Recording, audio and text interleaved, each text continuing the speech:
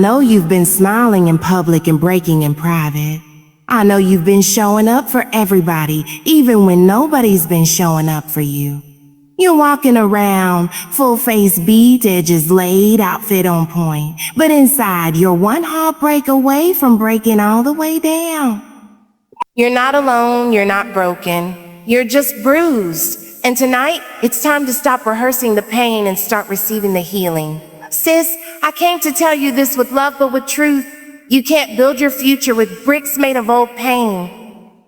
You've been carrying wounds like armor, thinking they're protecting you, but really they're just weighing you down. Let's talk real. That betrayal, it happened. That abuse, it wasn't your fault. That abandonment, it cut deep, and I won't dismiss it, I won't minimize it. But I will tell you this, what they did to you does not get to define what God will do through you. You are not your pain. You are not your past. You are not your lowest moment. Sis, let that hurt go. It's not healing you, it's haunting you. It's time to let go, not because they deserve forgiveness, but because you deserve peace. You deserve a healed heart. You deserve to wake up and not feel like you're surviving the day. You deserve joy without guilt. You deserve love without fear. But here's the thing about healing. Healing don't come in a pretty box with a bow on top. Healing is messy. Healing is uncomfortable. Healing is looking in the mirror and saying, sis, we can't live like this anymore. You gotta grieve what happened. You gotta feel it so you can free it. Cry those tears. Write that journal entry. Scream in the shower if you have to. But don't you dare settle in that pain. You are not a permanent resident of heartbreak. You are just passing through. There's something divine in you. Something that pain tried to bury. It couldn't kill you. It couldn't kill you. It didn't win. That anxiety, it didn't win. That depression, it didn't win. That toxic relationship, it didn't win. That childhood trauma, it didn't win. You're still here. And if you're still here, that means there's still purpose. That means there's still beauty to be born from the ashes. Can I be real with you? There was a time when I felt like my worth was wrapped in what broke me. Like if I told people how much I had gone through, they would stop seeing me as strong. But then I realized my scars aren't signs of weakness. They're proof I survived. And if God can take my brokenness and turn it into power, He can do the same for you. Sis, you're about to be the woman you used to pray to become. But she's not waiting in a relationship. She's not waiting in applause. She's not waiting in revenge. She's waiting on the other side of your healing. So today, make a decision. A real one. Choose to stop replaying the memories that torment you. Choose to delete the text threads that trigger you. Choose to unfollow pain. Choose to believe that healing is your portion. Let that hurt go, sis. Let that guilt go. Let that shame go. Let that bitterness go. Let that need to be validated by people who don't see your worth go. You're not trying to get whole. You already have what it takes. It's not about becoming something new. It's about remembering who you were before the world tried to break you. You don't have to carry this forever. You can drop it right now. You can lay it down at the feet of grace. You can exhale. You can heal. So tonight, I'm not just praying for strength, I'm praying for release. I'm praying for the moment when you finally say, this pain can't come with me into my next chapter, because it's time. It's time to bloom. It's time to rebuild. It's time to rebuild. It's time to breathe again. It's time to rise. It's time to heal. Let that hurt go, sis. Amen. You are not your pain. Stop letting it define you. For too long, you've been walking around with invisible labels stuck to your soul. Labels placed there not by your truth, but by your trauma. Somewhere between the heartbreaks and the disappointments, you started to believe that your identity was found in the hurt. Somewhere along the way, your reflection got blurry. You stopped seeing yourself for who you are, and instead started identifying with what you've been through. That pain, that betrayal, that loss, it happened, yes. It left a mark, no doubt, but it is not the sum total of who you are. You are not what happened to you. You are not the girl who was left. You are not the woman who was used. You are not the victim of that moment. You are not your worst season. You are not your failed relationship, your mistake, your shame, or your survival story. But see, pain has a way of rewriting the script in our minds if we let it. It takes the pen and tries to write a false narrative about our worth. And when we don't stop it, we start living in agreement with it. We walk with our heads low, not because we're not capable of standing tall, but because pain told us we weren't worthy to lift our eyes. Pain told us that because someone didn't choose us, we must not be valuable. Pain told us that since we were rejected, we must be replaceable. And if you're not careful, you'll start living like you're only ever going to be a woman who survives, instead of realizing you were created to thrive. Pain doesn't get to build your identity. It can teach you, it can humble you, it can deepen your compassion, but it cannot define you. Just because you've been through dark places doesn't mean darkness is your name. Just because you were broken doesn't mean you are broken. There's a difference between carrying the memory of pain and allowing that pain to build your personality. Some of us are walking through life hardened, guarded, bitter, sarcastic, untrusting.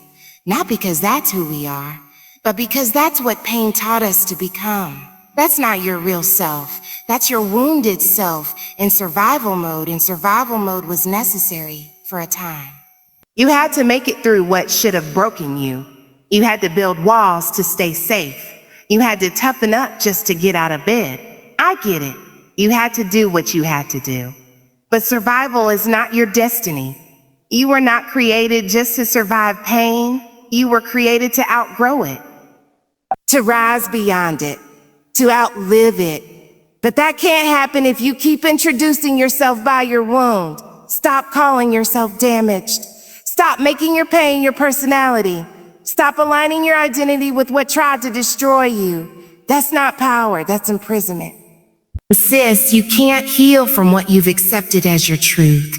And the moment you let pain sit on the throne of your identity, it rules your decisions, your relationships, your dreams, and even your faith. You begin to think small, love cautiously, pray without belief, and live in fear of the next blow. Not because God hasn't made you whole, but because pain has convinced you you're too broken to receive it. And that's a lie. You are not too broken. You are not too far gone. You are not too used.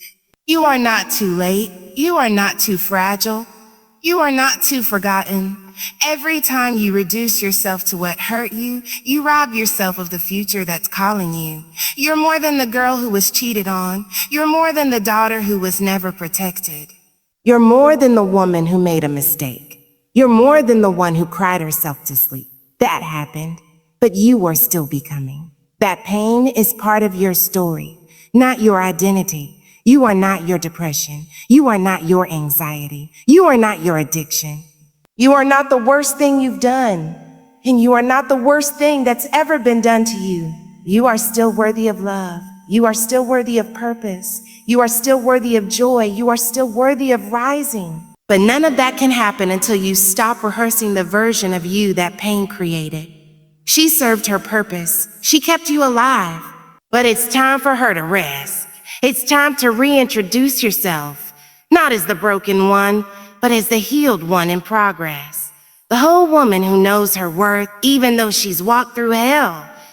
The woman who doesn't need to be perfect to be powerful. The woman who doesn't need to be validated to be valuable. You are not your pain. You are not your past. You are not your trauma. You are the soul that pain couldn't kill. You are the light that darkness couldn't dim. You are the breath that still comes every morning. You are the evidence that survival is not the end of your story. And the sooner you let go of what tried to define you, the sooner you can step into who you really are. Healing is messy but necessary for growth.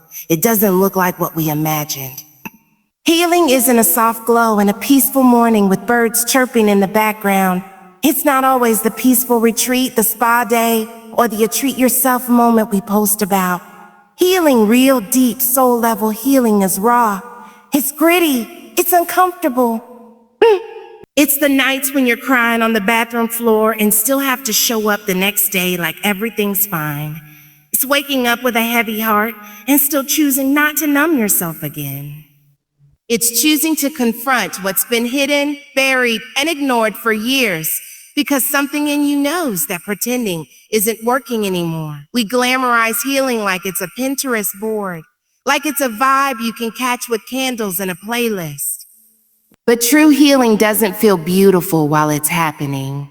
It feels like confusion. It feels like loss. It feels like loneliness. It feels like everything you thought you knew about yourself is crumbling right in front of you, and all you can do is sit in the rubble and figure out how to breathe. Healing is sitting with the version of you that made mistakes, made excuses, and made decisions from a place of survival, and not turning away in shame. It's letting yourself see the truth and still choosing compassion. It's deciding that you're not going to stay stuck in cycles that feel familiar but leave you empty. Healing is unlearning. Unlearning who people said you were. Unlearning the lies that pain whispered to you. Unlearning the belief that you have to be strong all the time to be worthy. That you have to carry everything alone to be loved. That you have to pretend you're okay to be accepted. It's messy because it forces you to take off the mask. And when the mask comes off, so does the armor. And when the armor comes off, you finally feel you've been all along. But it's in that raw, exposed space where healing truly begins. You start questioning things you used to accept. You start noticing the ways you've shrunk yourself. You start recognizing how much you've tolerated in the name of loyalty, how much you've sacrificed in the name of love, how often you've abandoned yourself just to feel seen. And that kind of awareness, it hurts because it shines a light on places you tried to keep hidden. Healing drags everything into the light, not to shame you, but to show you that you don't have to keep living in the dark. You might find yourself grieving, not just the people you lost, but the version of you that tolerated pain as normal. You grieve the time you wasted, the boundaries you didn't have, the apologies you never received, the energy you poured into empty wells. You grieve the relationships that ended and the ones that should have ended sooner. And that grief, it's real, it's valid, and it's part of the process. Healing requires grieving. Even the things you thought you were over, even the things you convinced yourself didn't hurt that much, because you can't grow from what you won't acknowledge. But growth doesn't wait until you feel ready. It comes in the middle of the breakdown. It shows up when you're at your lowest. It walks in when you're wondering if it's even worth it. Healing forces you to slow down and feel what you've been running from. It breaks your routine of numbing. It interrupts the distractions, and in that interruption, it creates space for something new to grow. You start seeing glimpses of a stronger you, a more grounded you, a version of you who doesn't chase validation, who doesn't beg to be loved, who doesn't water herself down to keep the peace. You'll feel the tension between who you were and who you're becoming. And that tension is messy, it's uncomfortable. Because the old you knew how to protect herself in dysfunction. She knew how to shut down, how to please others, how to perform. But the healed you, she's learning how to speak up, how to say no, how to rest, how to trust herself again. And that kind of transformation, it doesn't happen overnight. It's a slow unraveling. It's step by step. It's falling back sometimes and having the courage to start again. Sometimes healing feels like you're getting worse before you get better. You're more emotional, more sensitive, more reflective. But that's not regression, that's resurrection. That's your soul waking up to what it truly needs. You're starting to pay attention to what drains you. You're learning to sit with your feelings instead of avoiding them. You're finally allowing yourself to be honest, not just with others, but with yourself. That honesty, that's where the freedom is. That's where the clarity lives. That's where the growth begins. And it doesn't always feel good. Sometimes healing feels like loneliness because you realize you've outgrown certain people and spaces. Sometimes it feels like confusion because the path forward isn't clear yet. Sometimes it feels like fear because you've never lived without the pain before and you're not sure who you are without it. But just because it's messy doesn't mean it's not working. Just because it's hard doesn't mean it's not holy. Growth was never meant to be comfortable. It was meant to stretch you, mold you, transform you. And that transformation is happening even in the mess. Forgiveness is for your freedom, not their validation. So many of us have been taught that forgiveness is something we give away to make someone else feel better. That it's about releasing the other person from guilt, handing them a clean slate, or pretending like the offense didn't matter. But true forgiveness isn't about them at all. It's about you. It's about your peace, your healing, your future. Forgiveness is not a gift you give to the person who hurt you. It's a door you unlock so you can walk out of the prison of pain and into freedom. It's not weakness to forgive. It doesn't mean what they did was okay. It doesn't mean you deserved it. It doesn't mean you have to trust them again or let them back into your life. It doesn't mean you're giving of your boundaries. It means you're choosing not to let the offense live rent-free in your mind and heart anymore. Because if you don't let it go, it becomes a weight, a heavy, bitter, toxic weight that starts to touch every area of your life. That betrayal? It happened once, but if you carry it long enough, you start reliving it every single day. Unforgiveness is sneaky. It dresses itself up as strength. It tells you that holding on to the anger makes you powerful, that it protects you, that if you let it go, you're letting them off the hook. But the truth is, holding on to bitterness doesn't punish them. It punishes you. They're living their life. They're sleeping at night. Meanwhile, you're carrying resentment in your chest like a second heartbeat. You're replaying conversations in your head. You're rehearsing the betrayal. You're rebleeding from wounds that should have already scarred. And let's be honest, sometimes the person you're struggling to forgive hasn't even apologized. Or worse, they don't feel bad.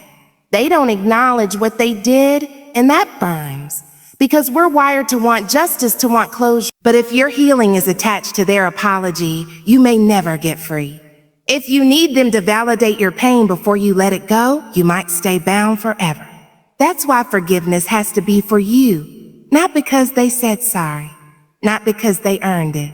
But because you refuse to let your heart be a graveyard for their actions. Forgiveness isn't about forgetting. It's about remembering differently. It's the power to look back at the pain and no longer feel like you're trapped inside it. It's the ability to revisit the memory and no longer feel controlled by it. It's the courage to say, yes, it happened. Yes, it hurt. But no, it no longer owns me. That's the real flex. Not coldness, not revenge, not silence, but healing, walking free, choosing joy in the face of injustice. And sometimes the person you need to forgive isn't someone else, it's you.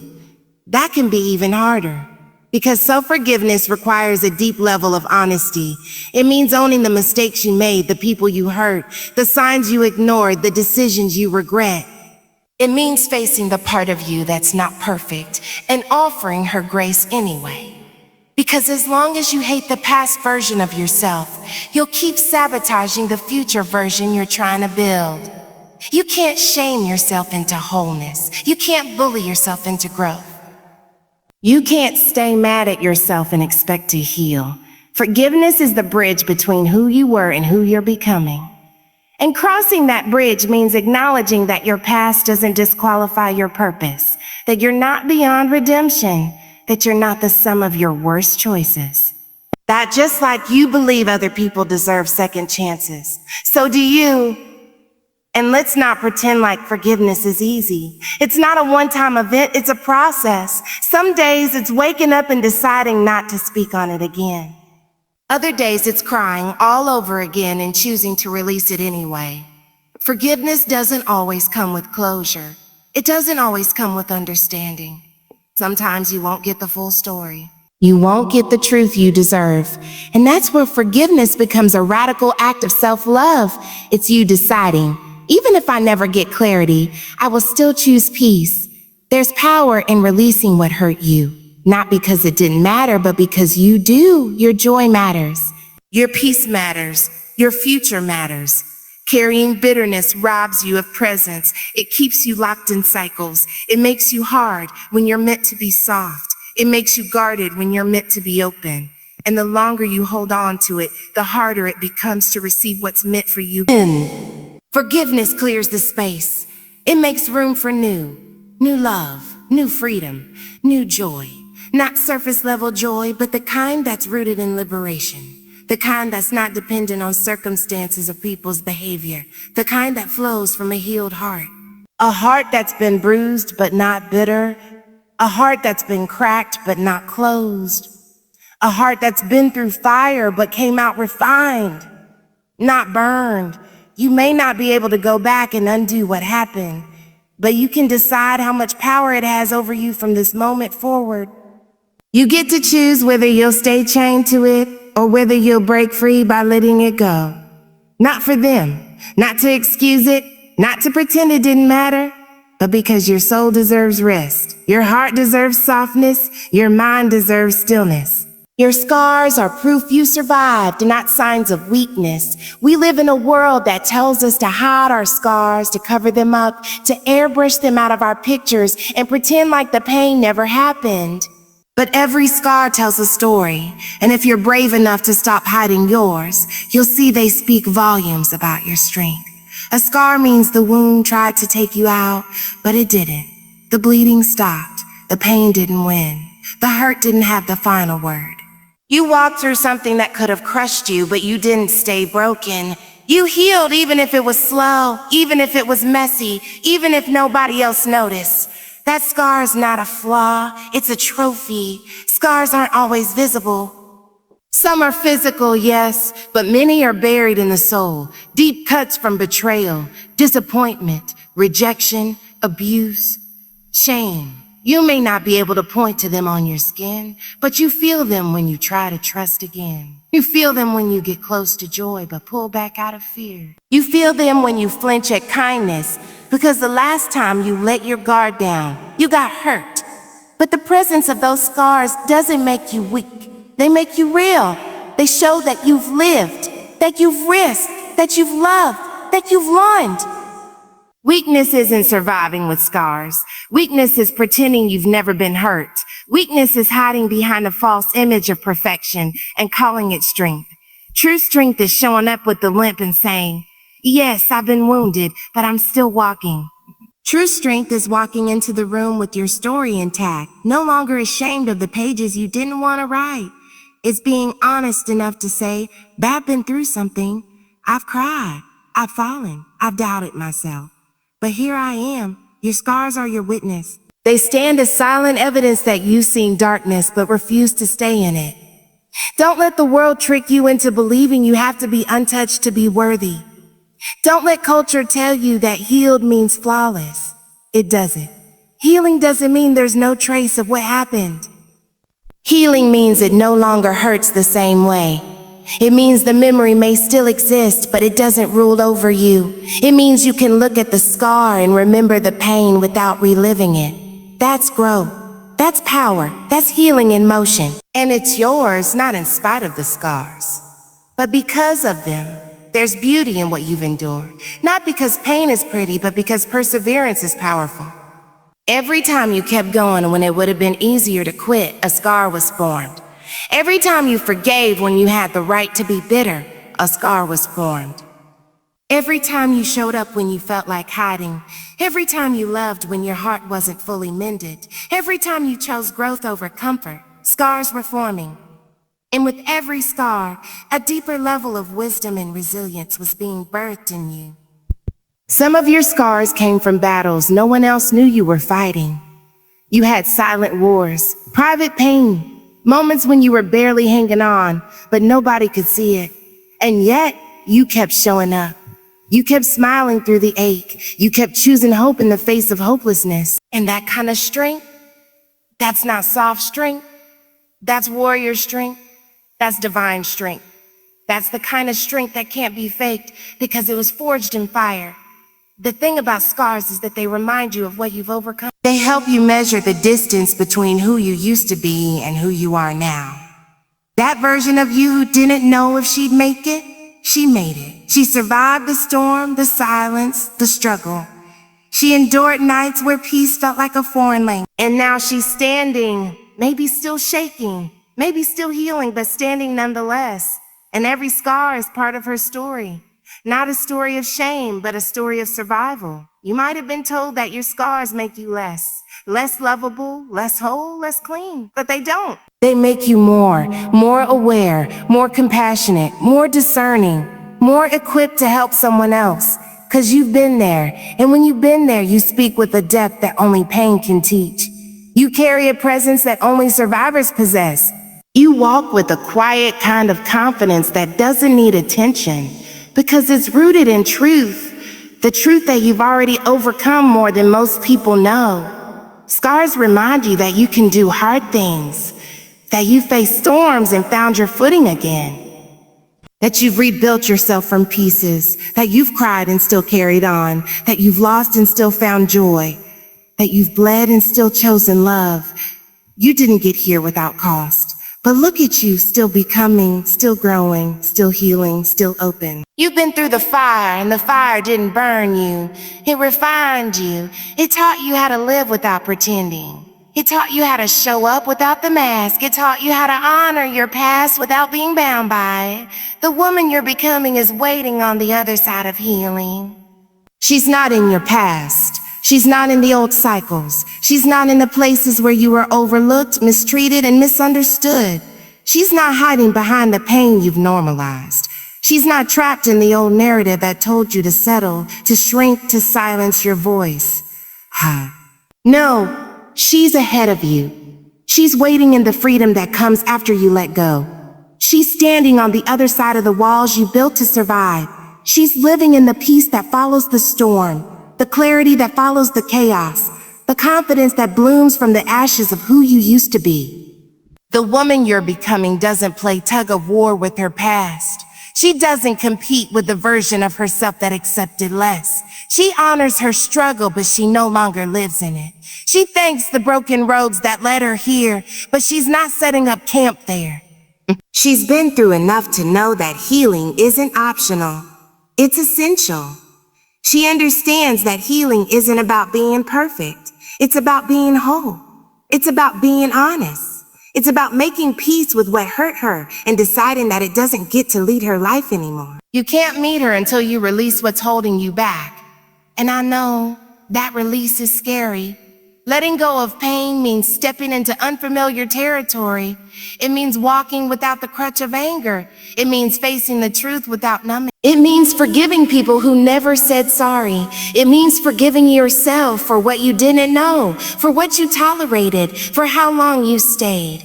But healing is what unlocks her. The woman you're becoming needs room to breathe. She can't stretch in spaces where your unhealed self still makes the rules. She can't rise in atmospheres filled with bitterness, fear, and guilt. She needs you to clear the space. She needs you to make healing your priority, not your backup plan. She's not perfect. She doesn't have it all figured out, but she's free. And freedom looks good on you. Freedom looks like boundaries without guilt, like joy without anxiety, like rest without shame. It looks like choosing peace even when drama is familiar, like not chasing what's not meant for you, like standing in a room and knowing you belong, not because you fit in, but because you showed up as yourself. That woman, she's bold, she's wise, she's soft but not naive. She's healed enough to stop fighting battles that don't belong to her. She's grounded enough to know that her value isn't based on who approves of her. But becoming her requires shedding what's no longer aligned with where you're going. It means outgrowing relationships where you have to beg for love. It means leaving behind the need to explain your worth. It means saying no to environments that drain your soul. It means choosing to be seen by people who celebrate you, not just tolerate you. The woman you're becoming doesn't settle. She doesn't beg for crumbs when she was made for the feast. She doesn't make herself small to make others comfortable. She speaks truth even when her voice shakes. She shows up even when it's hard. She takes up space. You can't skip the process to get to her. You have to walk through it. You have to sit in it. You have to do the inner work that no one claps for. You have to face the things you've avoided. You have to own the parts of your story that you've tried to forget. You have to surrender what you can't control and take responsibility for what you can. You have to stop pretending and start healing for real. Not for the image, not for the likes, but for you. Because the truth is, you're not too far behind. You're not too late.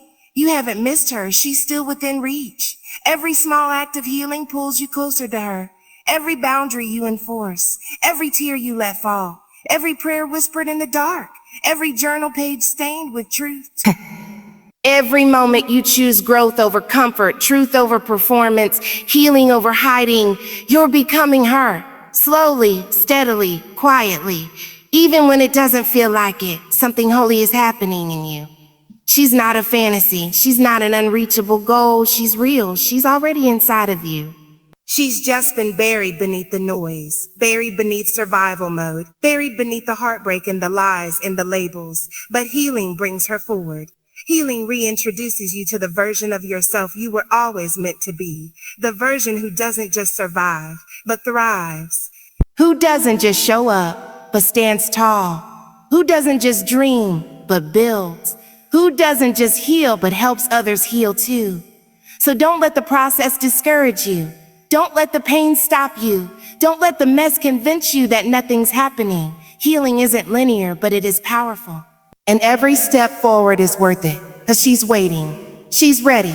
She's reaching out from the other side of your healing journey, whispering, "Keep going, I'm right here."